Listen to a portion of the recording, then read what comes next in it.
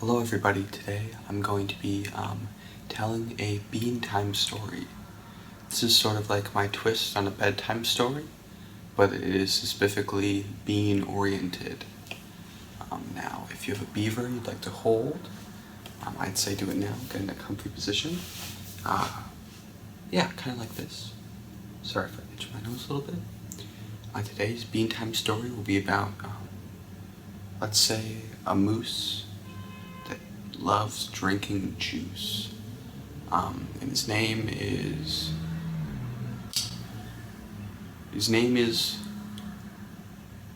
Big. No, not Big. His name is Brickhouse. Now, Brickhouse is a nice new moose. He's a nice moose. He has a family. He has friends. He goes to school every day. He studies automology. He gets along well. Moose, the Moose Kingdom is a little bit south of the Canadian border, somewhere in Maine. That's where all the moose secretly live.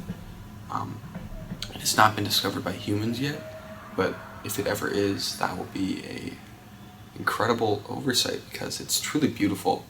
Everything's built out of wood.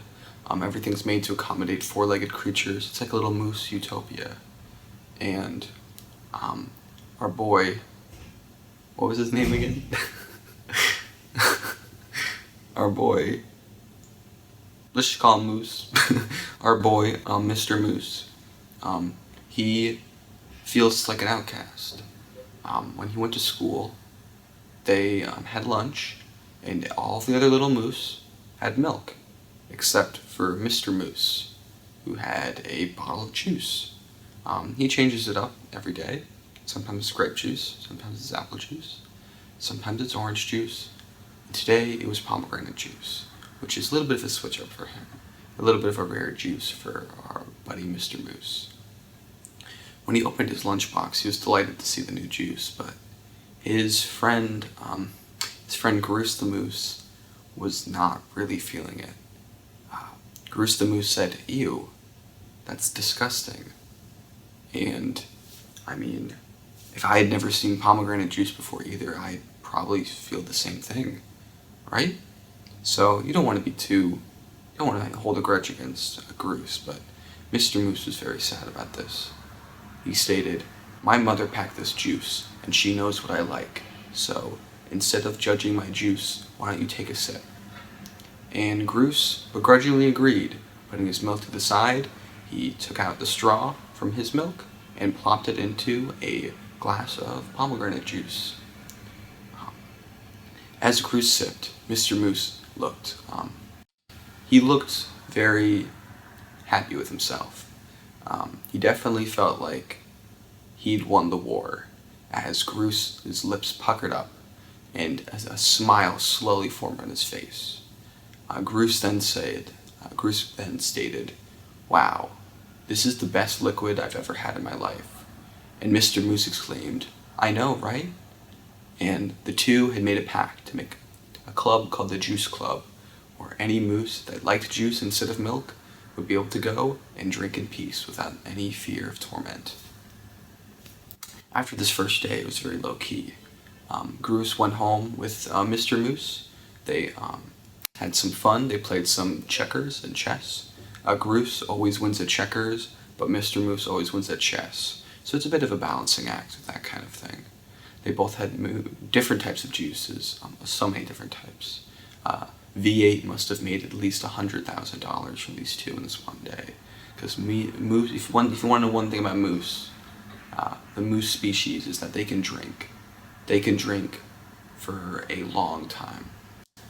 So they were playing games, drinking juice, and having a great time. The next day at school, they put up a flyer. "Come to the Juice Club, anyone welcome."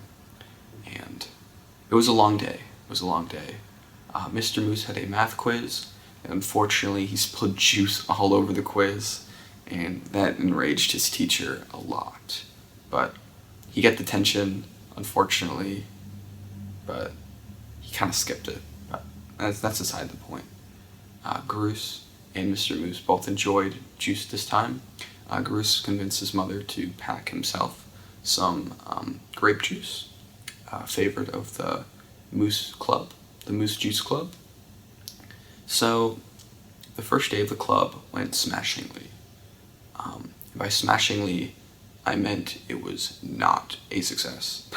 Smashingly, as in a lot of the milk moose that swore by milk, they destroyed all of the tables and all of the juice jars, and it was a sight to behold. Garus was crying while he was in Mr. Moose's arms, and it was not a sight to behold. People called them names, called them juice heads, called them jug heads, all the typical juice lover insults. But that didn't deter our two friends, who, despite this, went to one of the bully's houses. Let's call him Deuce. They went to Deuce, the bully's house, and they said, "Deuce, you did something that hurt my feelings, but I'm ready to forgive and forget." And they gave him a pouch of apple juice. Now, most of the thing you need to know about these milk moose is that they just think that they don't like juice. They've never actually tried it. So, to the surprise of Deuce, he adored apple juice. It was a little bit of a guilty pleasure because he'd been so long vouching for milk, and his anti-juice rhetoric embarrassed him from then on. So, from that point on, all the bullies, after Deuce spread the news about the juice, all the bullies apologized and repaid for the damages they did to all the juice jugs. They hugged it out. The next meeting of the Juice Club was the following day. Mr. Moose had detention, but Garus was able to hold the fort with the help of Deuce and the bullies, who are now reformed juice lovers. From that point on, the Juice Club began to expand day after day. It went from a small underground hit piece? That's not the right word. It went from a small underground little meeting zone for two friends and became a whole culture of juice lovers. And eventually, through hard work and determination, both milk and juice were able to thrive in the Moose community. Moose City has never been the same. This has been tonight's Bean Time story. I hope you enjoyed it. Have a good rest.